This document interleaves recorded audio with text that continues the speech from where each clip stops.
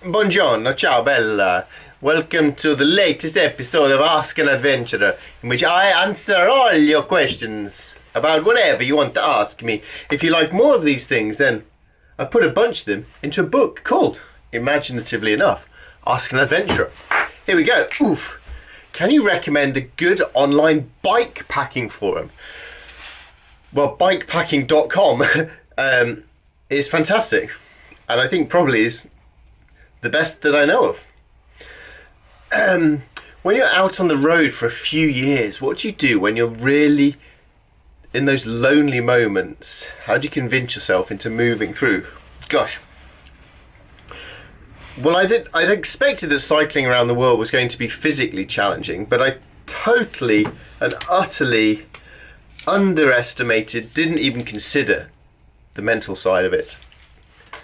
The loneliness, the boredom at times, the sense of overwhelm of just being so out there, thousands and thousands of miles from anyone I knew, tens of thousands of miles from a finish line, I found really overwhelming. And the loneliness I found really hard. How did I keep going? I didn't want to feel shackled to the journey, so I always gave myself permission to quit. But the temptation to quit is strong, so I had a couple of checks and balances which were that I wasn't allowed to quit when I was cold, wet, tired, hungry, scared, or at night. I could only quit on a nice sunny morning after a big breakfast and a good sleep. And that solves most cases of the wobbles. But then still, if I still wanted to quit, that was fine. If I could think of something more worthwhile and useful and meaningful to be doing with my time. And I could never think of that, and so took a deep breath and carried on going. So I think that was quite good, to be not shackled to the outcome, but to find ways to remind myself that deep down, this was kind of what I wanted to be doing, even in the times when I really didn't want to be doing it. Do you get bored sometimes? I kind of answered that, I suppose. Okay, what about my working life? Do I get bored sometimes? I get really bored in the middle phases of writing a book. So the very early phases are fun and exciting and you're up for it. The latter phases are quite exciting because you can see the ends in sight. There's a finish line, but also hopefully by then you've got a half decent product you're working on. But the months and months and months and months when I just come to the shed every morning and grind through the middle stages of a book, which is currently pretty rubbish and is currently a very long way from being finished, I find really boring and really hard to motivate myself, definitely. How do you manage to avoid the dull realities of life after a great adventure? Well, you can't avoid the dull realities of life. That's the reality of life. So I suppose the challenge then is to reframe it. So rather than avoiding them, to accept them, and rather than them being dull, try to see them as necessary and try where possible to do them well and with good humour and curiosity, and try and make them less dull, I suppose. And then try and do things efficiently so as to avoid having to do them too often or take too long over them. But hey, you're not going to avoid them. And if you're trying to avoid the dull realities of life, don't do that by going on an adventure, because adventures are just dull repetition of small little routines which somehow combine into a delicious and wonderful experience. Which maybe, I guess, you could apply to life. I mean, life's just, you get up every day is not that special really, most days, but hopefully by the end of it all you look back and think, wow, what a life. So it comes back, as lots of things seem to do, to a bit of stoic choices of accepting the things you cannot change, having the courage to change those you can, and doing your best to do the inevitable things with as much positivity as you can muster.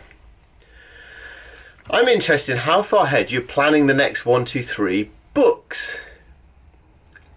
And have you ever had a plan B if it stopped paying the bills? My plan B if it stopped paying the bills was always to go back to be a teacher, and I've always remembered that as a great privilege of my life as an adventurer, and I talk about chasing your dreams and follow your heart and all that nonsense. But the reality of it is, those things might be true, but beneath it all, I am lucky to have the safety net of a good education and a degree, and I know that I can go get a job. I'm not going to starve, which puts me in a massively fortunate position to then take some risks with a more creative career.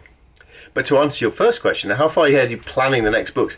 So I'm normally, what I like to be doing is to be to generally have about well, there's a bunch of months when it's just head down, grind through the book, as I talked about a few minutes ago. When I get towards the end of a book, you have to start sending it off to editors.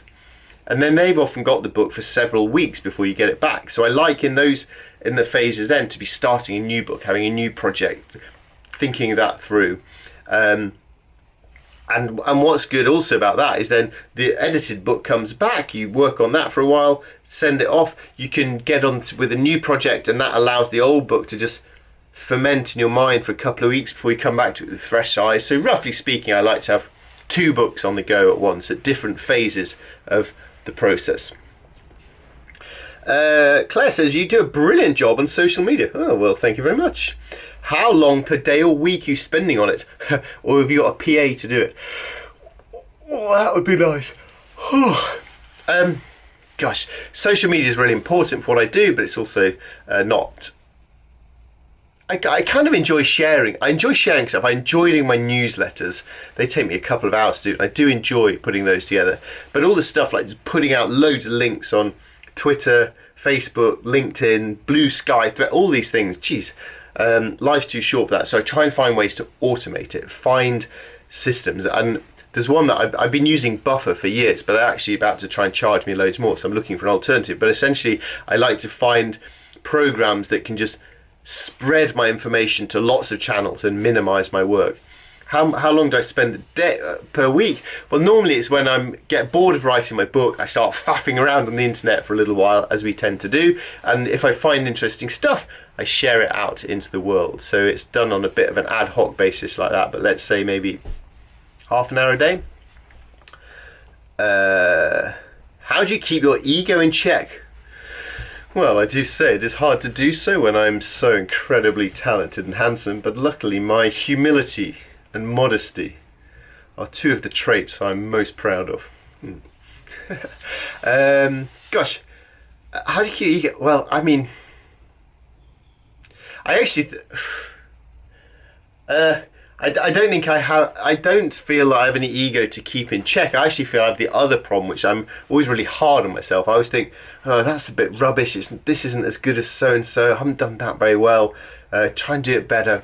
So it's not a case of keeping myself down. It's more a case of G'ing myself up, I suppose. How do you go about creating a podcast? Okay. Well, the simple answer is you buy a microphone attachment for your phone. I would strongly recommend you do that because having decent quality audio is so important. And then you think of something interesting to say and you record it, or you find someone interesting to talk to and you ask them questions that they don't get asked all the time and which will provoke them into thinking and giving interesting answers, and boom, you're away. And then you can load it up using, what do I use? Let me see. Transistor. Transistor.fm is what I use for my podcast. It's really, really easy. I think it's free till you've got when you've got not many listeners, and then gradually as you get more listeners you have to pay more. So it's so easy to do. The hard part of a podcast are twofold. One is, what is your unique voice? There are literally a million podcasts out there. What do you have to say that is different, to educate, to inform, or to entertain others? And then the second hard thing is, how are you going to get the longevity to grind this out, to not just do 5 episodes and then quit, as I imagine 80% of podcasts probably do. So how are you going to be in it for the long run? And I'd suggest to do that, you need to schedule it concretely into your life. How do you motivate yourself to keep moving forward, and more importantly, to finish what you start? I I think that's just inside me. I don't have any problem motivating myself to finish. I think what pushes me to finish things, because often I can't be bothered, but what pushes me is that maybe it's the sunk cost fallacy, but I can't stand working really hard on something and then it coming to nothing.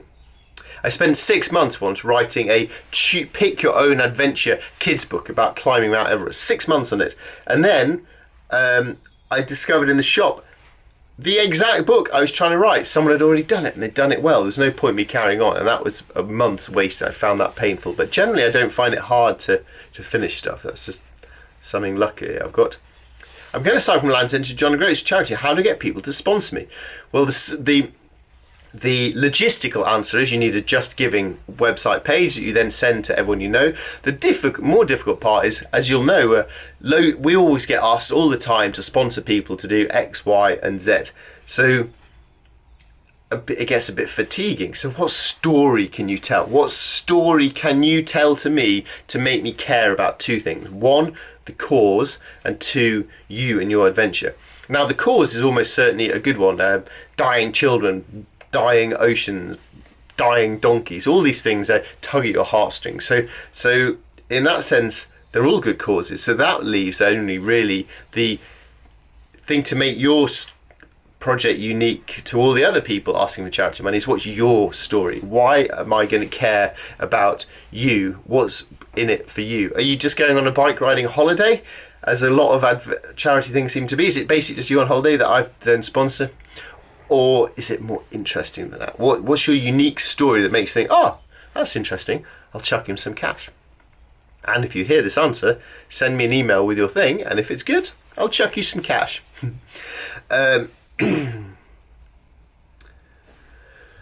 Final question, slightly mundane, but nonetheless important. Hygiene on the trail. How do you keep clean when on the road? If there are no rivers or lakes, what do you do? Any advice on toilet etiquette? Pooing is not a topic often discussed in outdoor forums. Well, what you need to do is do some talks at primary school, because then you get a lot of questions about pooing. Washing. When I am on a long trip, I wash by jumping in rivers or lakes. In the absence of that, I tend to generally just accept getting very, very smelly. If you're on a rear, and that's fine for whatever amount of time you're willing to tolerate. For me, quite a long time.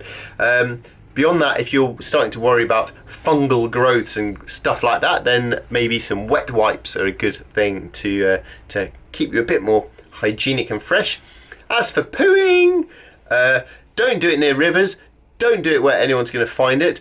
Don't hang it in a plastic bag from a tree, you revolting dog poo bag hangers. In fairness, that's dog poo, not human poo. Dig a hole, bury it. If you're in some sort of ecological protected zones, there might be specific rules even about having to take it out and remove it with you, which is always pretty punchy and gross. But generally speaking, give it a good old bury. That's what I do. And you're fine. If you're rowing an ocean, you go for the lovely tactic of bucket and chuck it. If you're cycling or some sort of adventure like that in urban areas, my main tactic is find the poshest hotel you can and just walk in with great confidence. And if you walk in with enough confidence, no one's going to stop you while you do a poo and leave. Failing that, McDonald's around the world have pretty adequate toilets. And on that note, I will say farewell. Thank you very much. Ask an Adventurer, out now, in all good bookshops. Not true, it's based in 0 bookshops, but I think it is quite a good book. Underrated, I'd say.